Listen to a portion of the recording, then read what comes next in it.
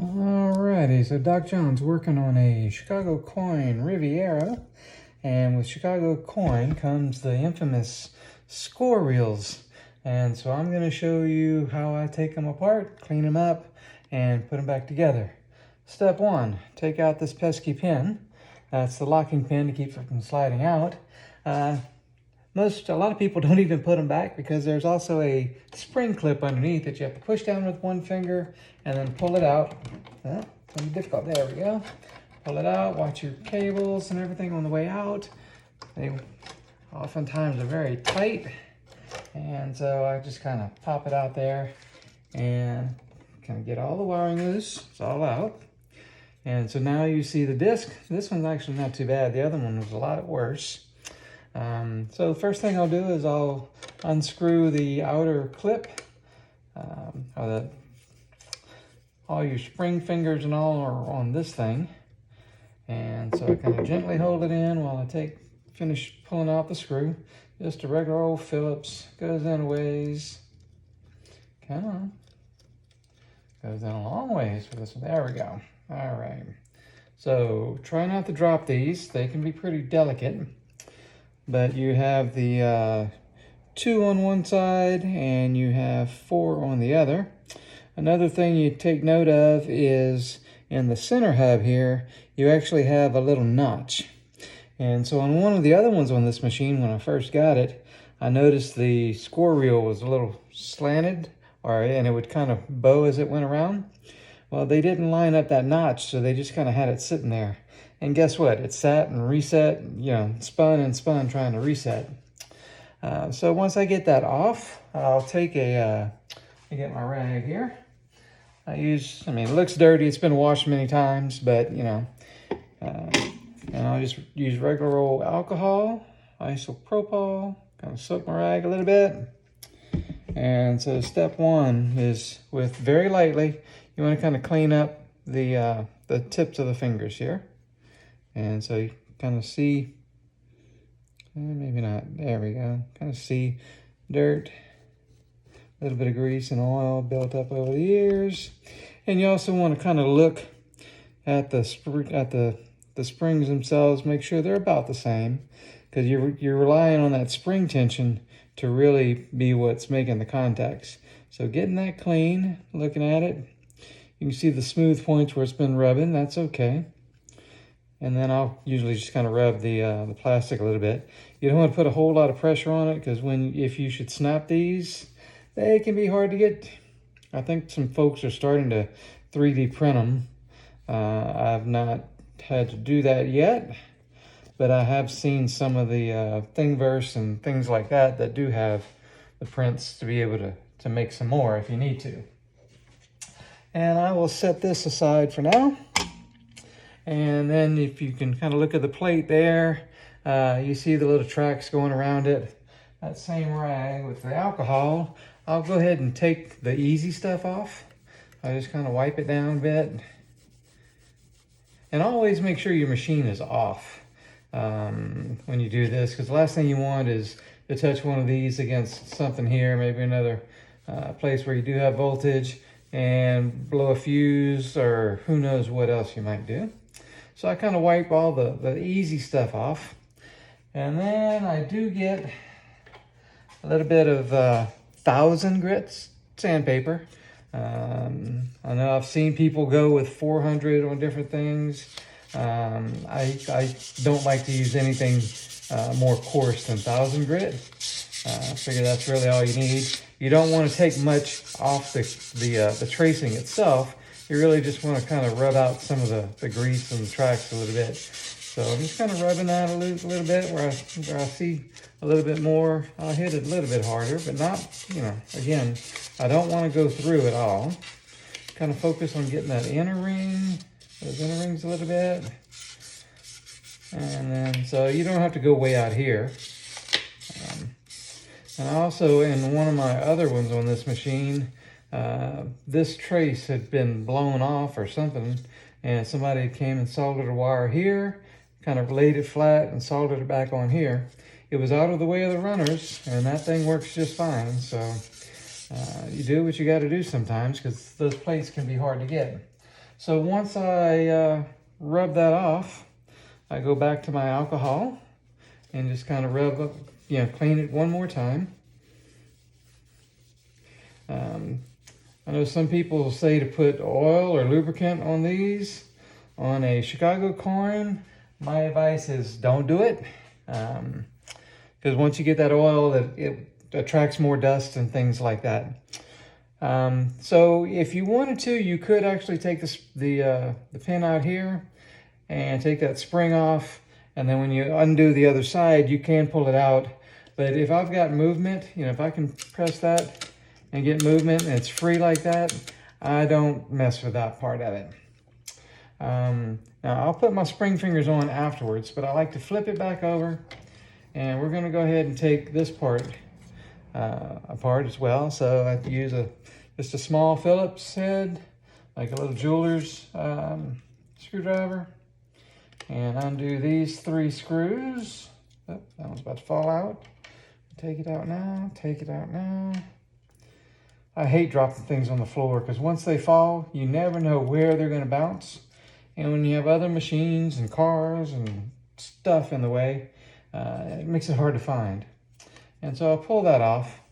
And what I'll show you here is there's a pin, or like a little notch that sticks out, and that will go into this spot. And so like I said, on the other one, I had the back part messed up.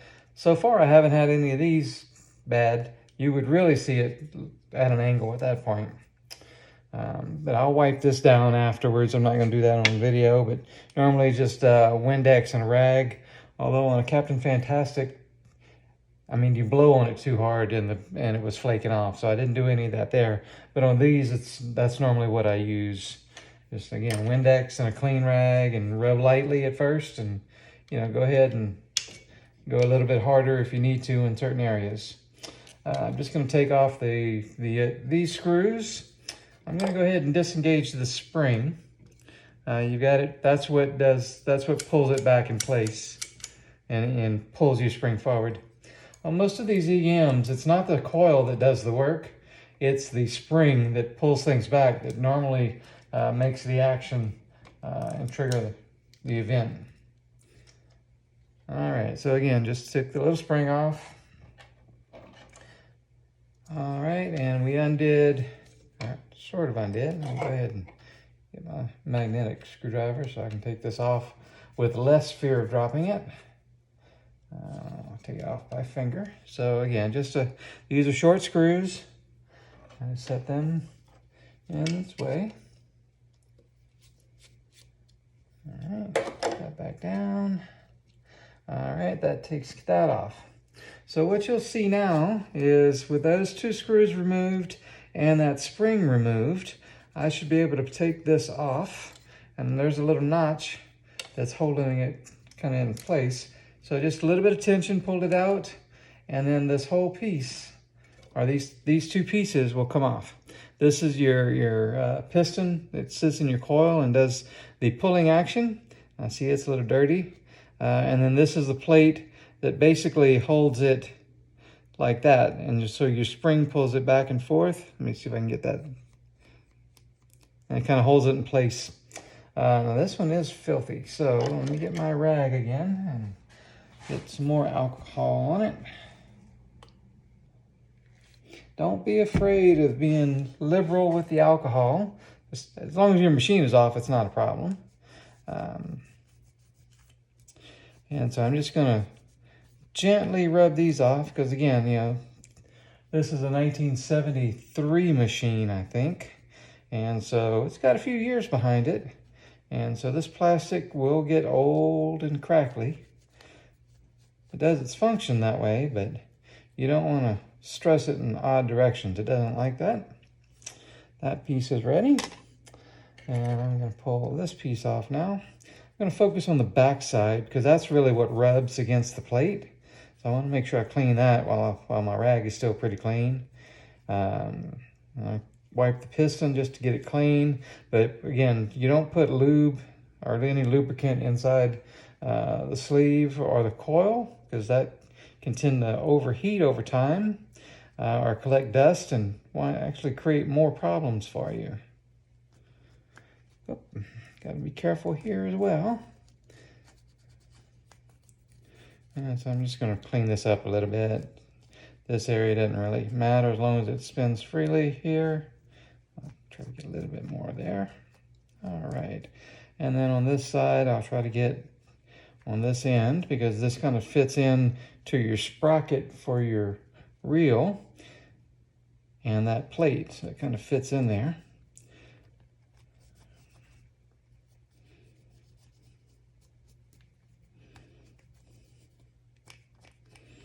All right, I'll set that down. All right, and then the next thing I'll do is I like to rub the plate on there. That way if there's any grease in the area of which that slide sits, I want to get rid of that so it won't stick on it. You see this thing is going really easily, so there's no need for lubrication or anything like that. We talked about it before. But I'm just going to clean this up, you know, kind of feel the spring tension on that. See if there's any resistance in there. If not, it's fine. It's lasted this long. It works well. Don't want to put anything else in there. Yeah. Kind of clean up along the ledge that's on there. All right. And again, kind of wipe that down. Okay, so like I said, you could take this piece off too, but I don't see any trash back there. No resistance. I'm calling it good. Alrighty, so now it's time to go back together with it. And so I like to take a piece with a piston, and I'll just kind of hold it in there with my fingers. And you can see it, well, maybe you cannot see it. It kind of slides back and forth. And then I grab it and I hold it with the other hand while I get the plate, and I kind of put it on top of it and then kind of slide to align it. It's got two holes for the screws, and there's another pin that goes into the plate that really does set the mark of where it needs to be. And so once you have it in place, I hold it with one hand, start the screw. All right, that's started, and we start the other screw.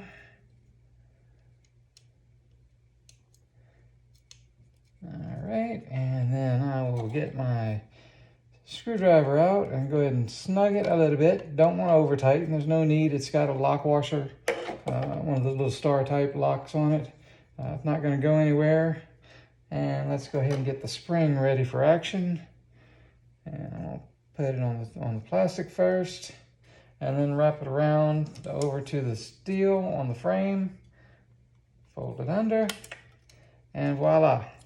So now I'm just going to kind of test it, make sure everything is still springy.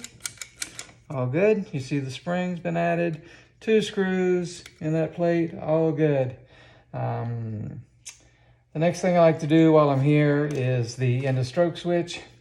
You know, whenever it pulls back, it says, okay, I've done. That usually clears the, like if it's your score counter, it says, hey, go ahead and count. Whenever it hits that, it says, okay, release the coil. I like to just pass a little bit of a very, very fine file, like for points, things like that. Just kind of rub it a little bit, okay, just to get the loose stuff off. Some people will slide a business card, which is fine. Some will use that same 1000 grit sandpaper in there. That's fine. You just don't want to get real coarse and rough with it. As these things move, I mean, they kind of do a little bit of cleaning on their own by design. I like to make sure that up here, these 2 contacts aren't touching. Lots of times I may go ahead and tighten up the switch stack on top. In this case, it's already pretty snug. I'm not going to get a big screwdriver on it. And so that's okay for here. Let me go ahead and put the reel back on. Let me wipe it real quick just to get any dust off. I'll hit it with the Windex later on. And again, so we find the notch, and we find the notch, and A plus B equals a happy, happy C. There it goes in there. just going to kind of start these, or at least set them in there. Not too worried about these guys moving around. I'll make sure it's still in the slot. And I'll kind of make sure it's in the thread, in the threads, in the threads. Make sure I'm still in my slot. And I'm going to go ahead and tighten a little bit. Don't over tighten, no need to. These things won't be pulling back. All right. And then I'll go ahead and pull back just to kind of make sure. Nice and smooth. If I wanted to, if I had some resistance, I might consider a little bit of oil. Very fine light oil. But this one's good. I'll flip it back over because we still have this part to put back on. And I mentioned before, on this you have a notch. And you have that same little notch on this side. So you want to make sure you line those up. There we go. Kind of hold it in place. Find that screw and get it started. And voila. Oh, well, let me make sure I'm still in there. Hang on. I like to do it by hand. I don't want to just tighten that thing down. That could make for a very bad event. A wonky reel, not resetting, everything starting over and over and over. All right, so I've got it back in there, and what I like to do is I'll reach around with my thumb and just kind of flick it, and I'll just kind of flick to make sure everything is turning okay.